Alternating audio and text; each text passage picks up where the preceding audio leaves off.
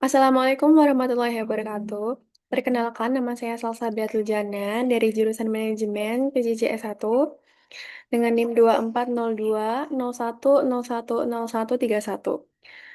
Pada kesempatan kali ini, saya akan mempresentasikan hasil studi observasi komunikasi organisasi yang berfokus pada analisis pola komunikasi di PT Kereta Api Indonesia atau Persero.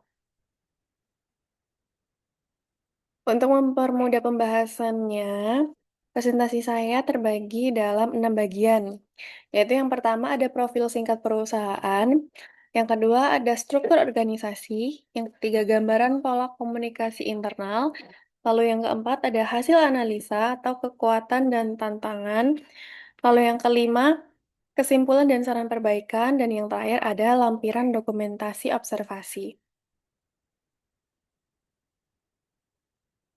Sekarang kita akan masuk ke bagian yang pertama, yaitu profil perusahaan.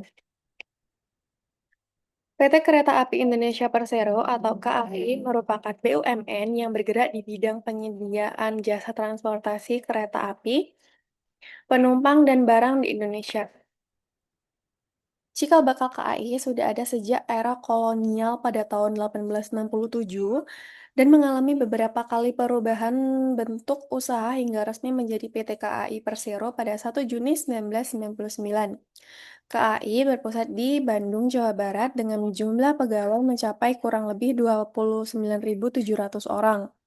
Operasionalnya dibagi ke dalam wilayah daerah operasi atau DAOP di Jawa dan divisi regional atau DIFRE di Sumatera.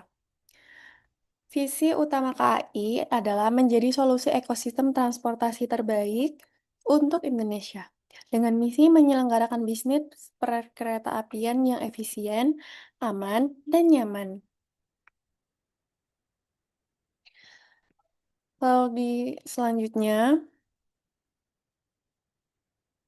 ini adalah gambaran umum struktur organisasi di PT KAI. Struktur KAI berjenjang dari mulai RUPS dan Kementerian BUMN, Dewan Komisaris, hingga Direktur Utama. Di bawah Direktur Utama terdapat 5 direktorat teknis utama, yaitu yang pertama, Direktorat Keselamatan dan Keamanan, yang kedua, Direktorat Operasi dan Pemasaran, yang ketiga, Direktorat Sarana dan Prasarana, yang keempat ada Direktorat SDM dan Umum, lalu yang kelima ada Direktorat Keuangan. Direktorat ini membawahi unit operasional di daerah yaitu DAOP di Jawa dan DIFRE di Sumatera, serta ditunjang oleh anak-anak perusahaan seperti KAI Komuter, KAI Logistik, KAI Wisata, dan lain-lain.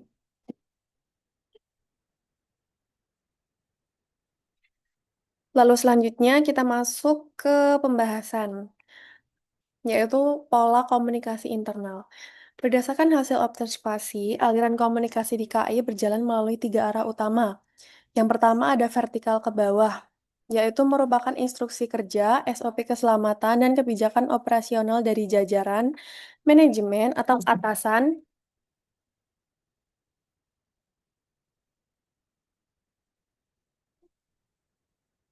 kepada petugas di lapangan seperti masinis, PPKA, dan kondektur. Lalu yang kedua ada vertikal ke atas, yaitu berupa laporan kinerja harian, laporan insiden atau gangguan, serta umpan balik dari lapangan kepada atasan melalui rapat evaluasi. Lalu yang terakhir ada horizontal, yaitu koordinasi antar unit kerja yang sejajar, misalnya antara unit operasi, sarana, dan humas untuk memastikan kelancaran perjalanan kereta api.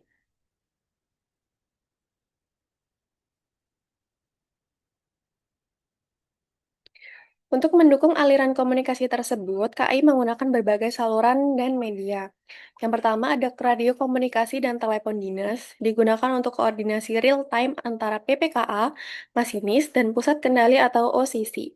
Lalu ada rapat dan briefing rutin seperti apel sebelum dinas dan rapat evaluasi berkala. Ada surat dinas, memo, dan nota internal untuk instruksi tertulis yang bersifat formal. Lalu ada aplikasi dan sistem digital internal seperti sistem informasi perjalanan KA dan WhatsApp dinas. Lalu ada papan pengumuman atau display stasiun, yaitu untuk menyampaikan informasi kepada masyarakat umum. Sifat komunikasi di KAI cenderung formal dan struktur, mengikuti hierarki dan SOP keselamatan. Untuk instruksi teknis sifatnya, ya, satu arah demi menjaga ketepatan standar operasi, namun terbuka dua arah saat forum rapat evaluasi. Dari studi observasi yang dilakukan, ada 4 kekuatan utama pada pola komunikasi KAI, yaitu yang pertama, jalur komunikasi keselamatan yang jelas. SOP yang tegas meminimalkan keraguan saat situasi kritis. Kedua, koordinasi lintas unit cukup efektif.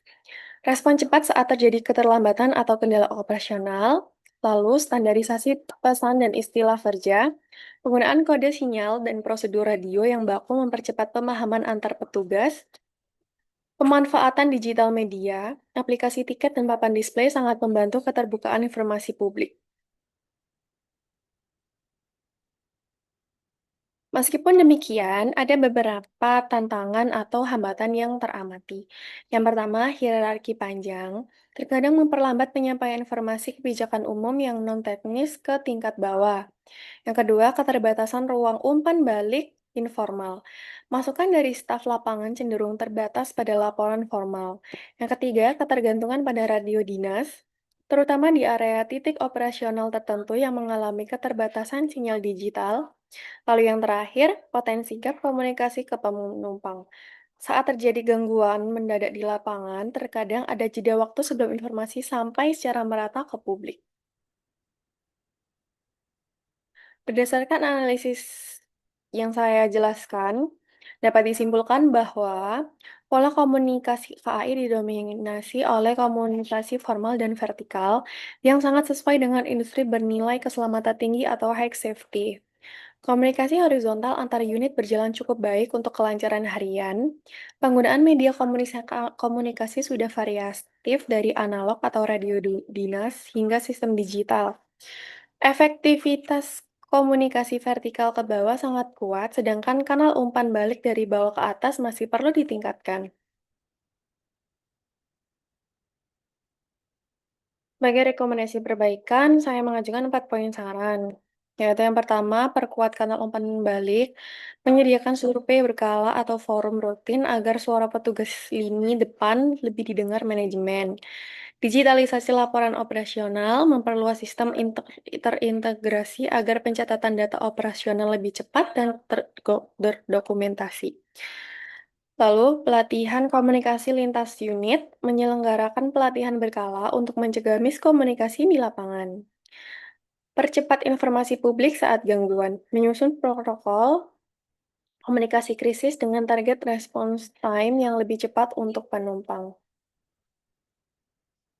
Berikut adalah dokumen pendukung berupa foto-foto kegiatan observasi. Dikarenakan lain dan banyak hal, satu dan banyak hal, hingga saya tidak bisa melakukan observasi, jadi beberapa foto ini eh, saya ambil dari Google dan saya juga sempat bertanya kepada teman saya yang memang seorang pekerja di PT KAI.